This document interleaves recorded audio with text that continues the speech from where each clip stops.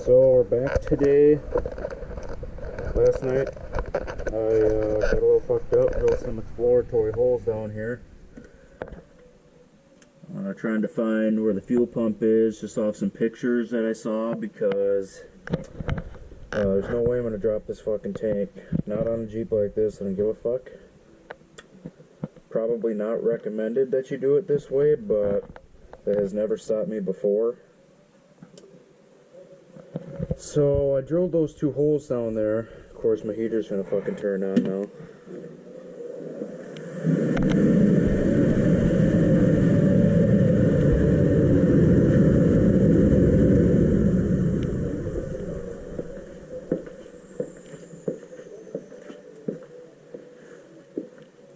So I drilled some holes down here, and I don't know if you'll be able to see anything down here.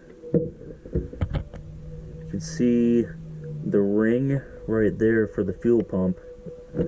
So I kind of, this red here is just a rough outline of where the fuel pump should be. And then the black line, I fucked the first one up, don't worry about that. But the black line around the red one is where I'm going to try to cut. I'm knocking this, I don't know what the fuck this is here actually, maybe some sort of sound deadening or vibration something. I have no fucking clue what the fuck it is, but because this metal under this is stamped, because this is obviously a unibody, it's a Grand Cherokee. This line here should be where the fuel lines are running to the fuel pump itself. So I'm going to try to do this with some tin snips.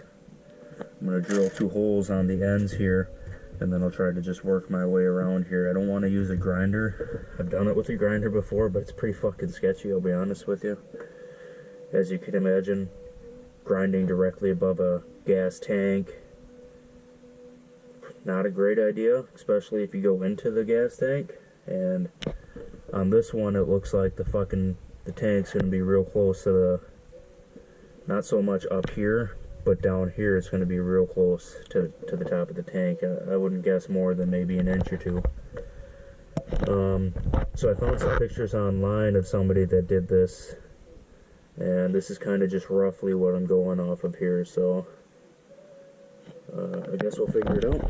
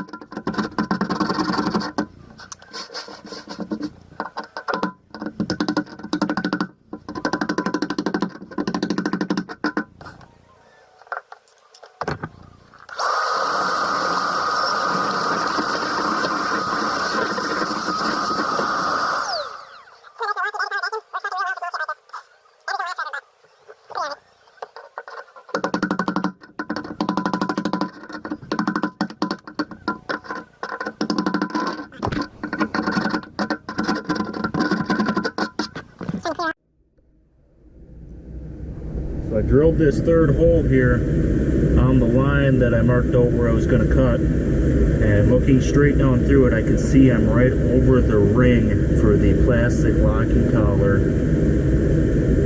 that holds the fuel pump to the tank, which means my red here where I marked the fuel pump is actually shifted over and up just a little tiny bit. But I'm going to go ahead and just cut right on this black line anyway, and we should be alright. I don't want to make it bigger than I have to. I might go just to the outside of this black line here, just a little bit, not too much bigger though. So I'm going to see if these shears will even cut it.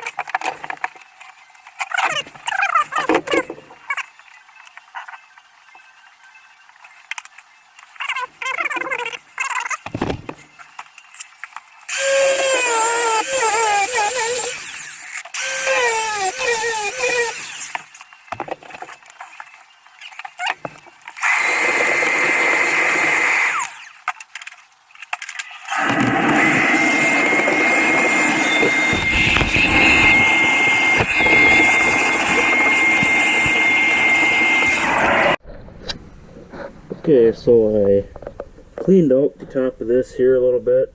Some rust in there just now, but I just used, this is some degreaser that I pre-mixed into a water bottle, and I just kind of drizzled it on there. I vacuumed out all the loose dirt that I could, then I used a screwdriver, got all the stuck dirt that was down there kind of clumped up and sucked it out with the vacuum, and then I used some compressed air and blew it out as best as I could. Which should be sufficient for now. You see the cord coming out. I went underneath. I unplugged it. Had some trouble with it. This, just my light.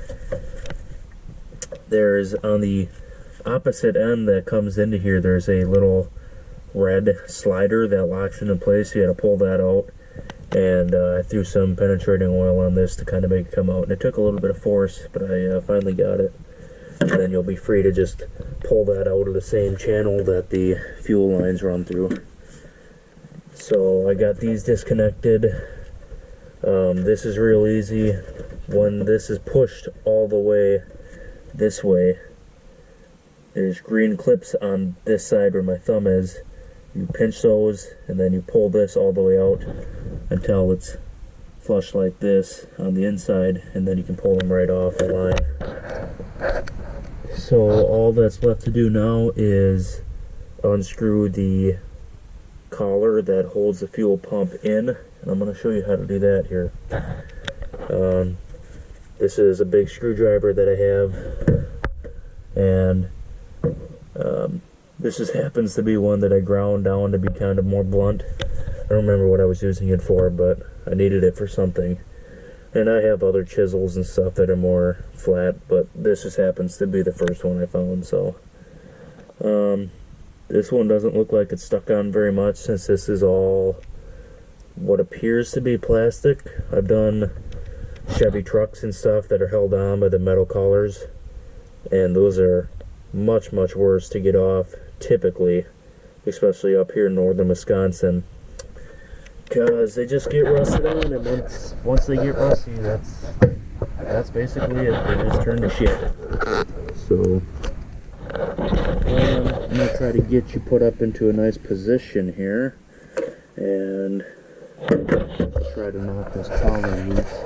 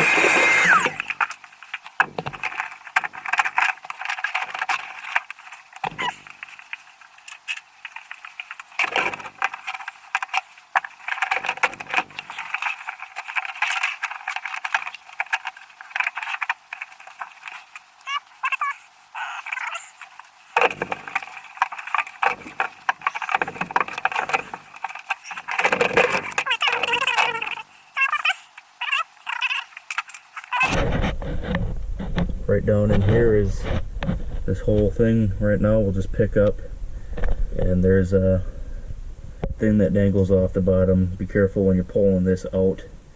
I'm not going to take this out yet because I'm not ready for a new one to go in. I don't have a new one yet. So I'm going to clean up around there a little bit, and I'll just leave that on there so that way nothing falls into the tank. And she'll be good to change out when I get a new one.